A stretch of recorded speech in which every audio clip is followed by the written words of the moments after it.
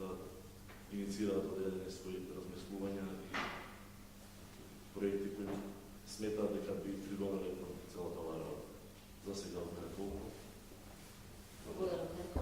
Значи, ќе се надобрзам во тек и носење на годишната програма на Министерството за култура за следната година. Јас сум убедена дека во Министерството за култура се пристигнати проекти и во насока на ревитализација на старата спортска чашија, така да се што е пристигнато и со еден позитивен ефект од страна на Министерството ќе биде поддржано.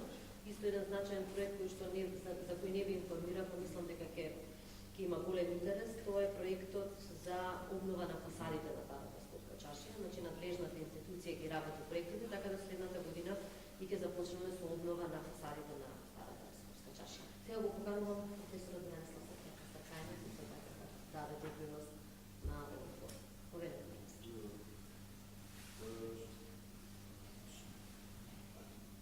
Јас всушност само ќе го повторам се тоа до сега што беше кажано. Само кој да покрачам. Што можете да видите, ние го зборуваме за старата чашија, разликуваме три аспекта или три пристапа. Прво, старата чашија е за нас важна како туристичка атракција, значи место кое што треба да привлече туристи од земјата и од странство. И голем дел од проектите се прават, се смислуваат во таа насока.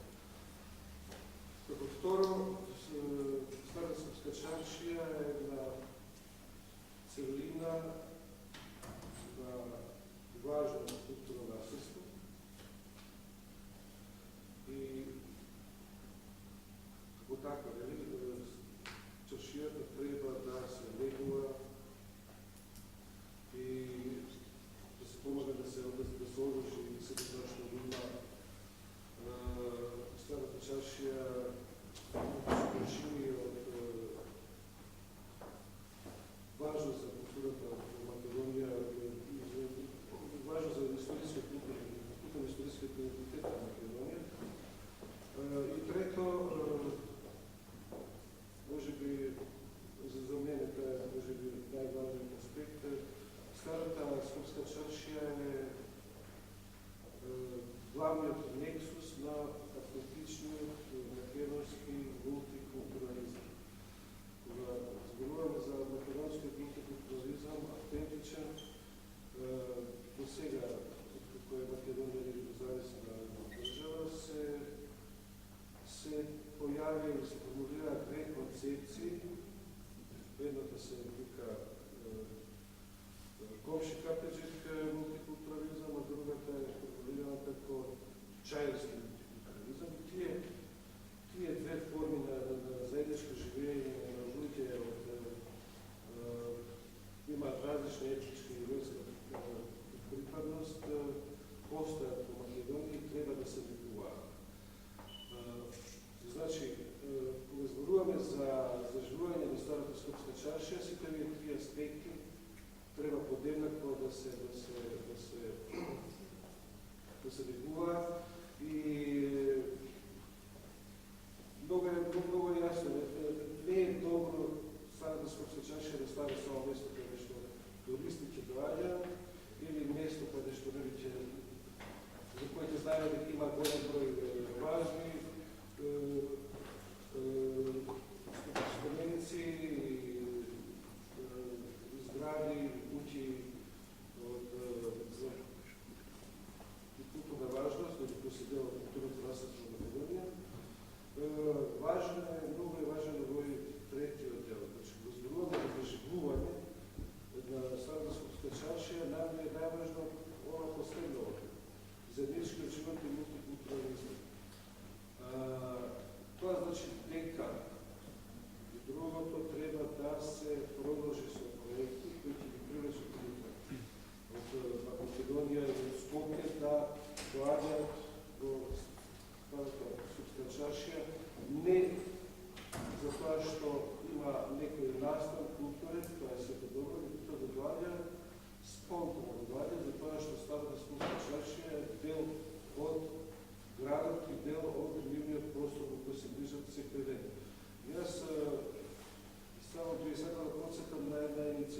која не е много јасно кажано, не е много гласно кажано во Македонија. Една иницијатива која се повикува на едно интересно искуство од Палермо, каде што стариот дел од градот стана, се интегрира, се враќа назад каде средината на Палермо, со еден проект кој се нарекуваше Децата приспојуваат споменици. Значи, децата од училиштата има обврска да научат се за еден споменик или зграда, да речеме Суријан, Кападан, Чифте Аман, и да седат неколку часот таму и да објаснуваат на луѓето што е оваа зграда, што значи, колку е важна, кога е направена и така тој стариот дел се интегрираше назад во градот Палермо. Това беше иницијатива во која учествуваа и луѓе од политиката, учителите, луѓе од црквата, така што тоа е добар проект и мислам дека таа дименција треба посебно да се негува или да се стави акцент во следните години. Затоа што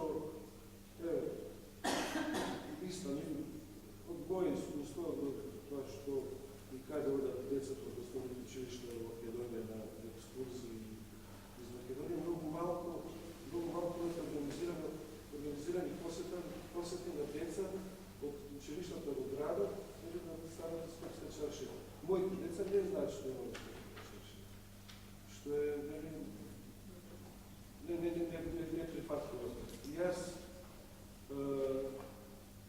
сум роден во Дебар Мало и после мојата се селих малку поварат во Кратов.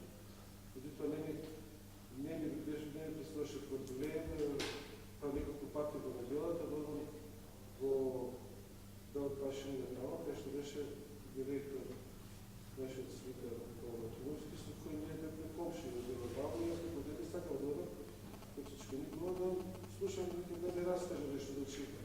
Тоа што јас го правам, сакам да го правам што повеќе децата во Македонија. Значи, ова сакам да го нагласам уште еднаш поврска со старата Скопска чаршија.